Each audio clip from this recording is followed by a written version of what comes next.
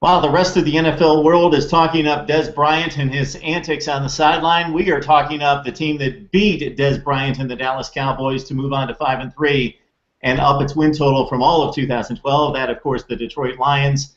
And anytime we talk about Lions football here on Mark Rogers TV, we bring in Brandon Alisoglu of Pro Football Central, Bleacher Report, Lions Radio Central. He does it all, and he knows everything about the NFL and specifically the Lions. Brandon, how you doing tonight? Oh, it's quite the lead in there. Hopefully I can live up to it. And I'm sure the Detroit Lions are just happy with everybody talking about Dez Bryant. They'll just keep going about their business.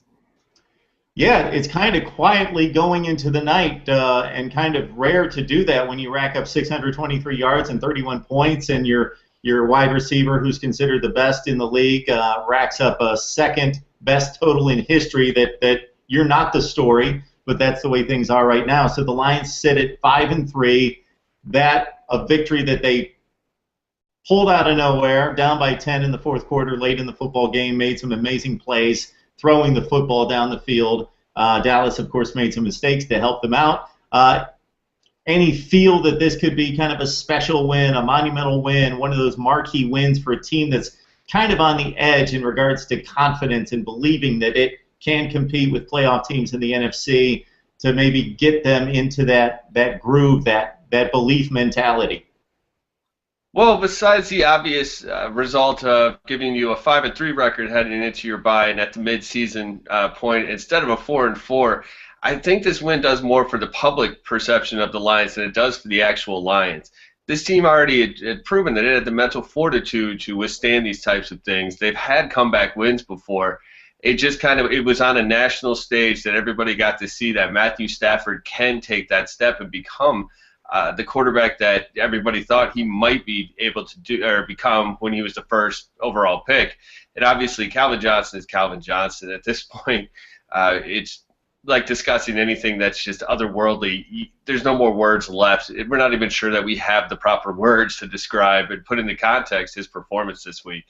7 yards short of the record. The only thing I could think to compare it to is Adrian Peterson's entire season last year. He's just that good, and he's that type of player. Yeah, Calvin Johnson brings it every week, and when he's not putting up ridiculous numbers, we know that there's a reason why the defense is really focusing on him. Matthew Stafford, lights out talent as well in ability, but at the same time a bit scattershot in regards to performance. But when he gets on a roll, you know, he'll throw it from all the different arm slots, doesn't care about the footwork necessarily. The mechanics may not be the best all the time, but he's got such an arm, and we've talked about it in the past. When he's feeling it, it's really fun to watch. Well, Matthew Stafford's best is as good as anybody's best. It's a Peyton Manning best. It's an Aaron Rodgers best. That's how good he can be. The reason that everybody talks about Rodgers and Manning and Brady as the best quarterbacks is because they do it consistently. So that's what everybody needs to see from Stafford before they can begin to have those discussions about whether he's elite or not. And believe me, the media is always going to have that discussion about every quarterback they can. But Stafford is he's more accurate than he's given credit for. He does have a few overthrows per game, but he also is dealing with the most drops in the league. That's a frustrating thing to deal with, not just from you lose the yards or the first downs of that play, but you still have to have the confidence in your offense to go back to those guys in the tough situations. Stafford has exhibited great leadership to go along with that accuracy where he's whizzing the ball 47 yards down the field and fitting it in 2-foot windows. And it doesn't hurt having Megatron out there to catch anything you need to put up. But Stafford has shown that he has the accuracy, he has the poise, and he obviously has the guts to make that call when nobody in the building knew it was coming, including his offensive line. The one that was fun for me to watch, that I was really impressed with, was the one he threw down the seam to Calvin Johnson that just probably missed the DB's helmet by about 2 inches. And right into his hands, a beautiful throw by Stafford. Looking at the offense as an entirety, Reggie Bush with 92 yards rushing, he had a nice day on the ground. The Cowboys, we know what the deal is with them. A lot of talent on the defensive side as well, but a lot of breakdowns. The Lions, with 623 yards of total offense, they do get a little sloppy with the football, turned it over 4 times. Your assessment of this Lions offense, and I hear some comments made out there in the national media about comparing this team to they're almost like an NBA show with the slam dunks and the 3-point plays, that there's a lot of glitz, maybe a little too much at times, a little too much free-for-all out there by the Lions offense. Well, there's another offense that was similar to this as far as explosiveness and glitz and glamour and all that, and that was the greatest show on turf. Now, this team isn't there yet. They don't have the consistency, and I'm not about to call Chris Durham Torrey Holt, but this team has, it is what it's been built to be an offensive dynamo, and it's now living up to those expectations. What nobody's really talking about and what they should talk about is that offensive line. It's been cobbled together every week, and they've been getting solid contributions from all sorts of players, including undrafted free agent right tackle Adrian Waddle, who started as the 3rd stringer. He came in, and he now might be the starter going forward, which when you have 2 rookies that can man the right side of your line and do so well, that bodes well for your future, and also for a salary cap-strapped team. That's a big thing for them going forward. But this offense is actually very lucky to have that defense. It's another thing that people aren't discussing, just because they did have a terrible 4th quarter somewhat with the big plays for Des Bryant and Terrence Williams. But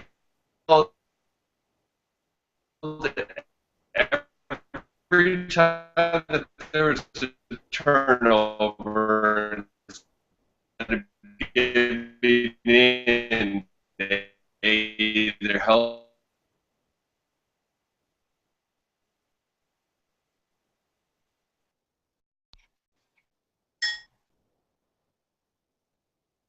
Okay, don't know if I caught the end of that statement, but hopefully the viewers did, in regards to comments about the defensive performance against the Dallas Cowboys.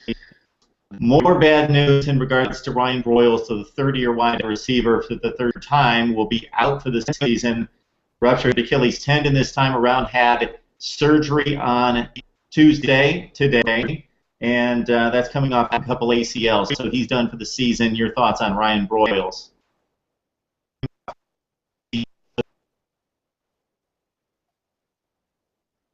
Well, it's a tough road for Ryan Broyles. He had lost his senior season due to an ACL, his rookie season to an ACL, and now the ruptured Achilles. He really hadn't been doing a whole lot this season, even when he was back. I don't know if that's knee-related or him just not finding his flow offensively, or finding the connection with Stafford that he needed.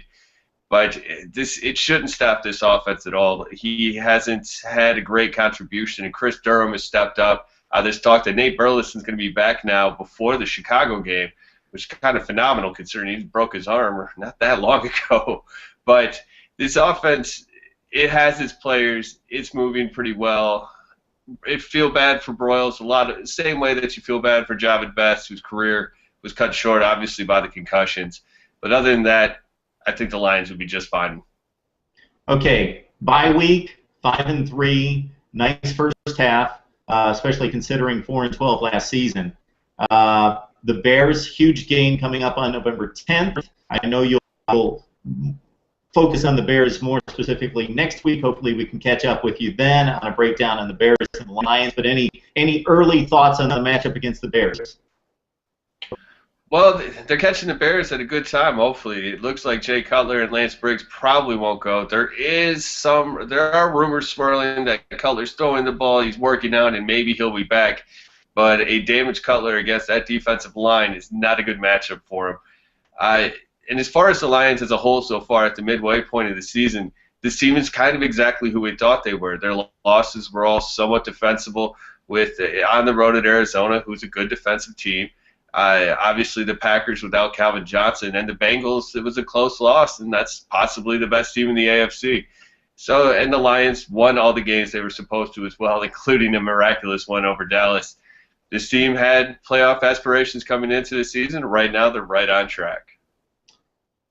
All right, I'd like to remind everybody out there to catch Brandon's work on Lions Radio Central Radio. I always mess that up. Lions Central Radio. Also, he writes for Bleacher Report and Pro Football Central as well. Brandon, thanks for the knowledge on the Lions. Have a great day, Mark. Okay.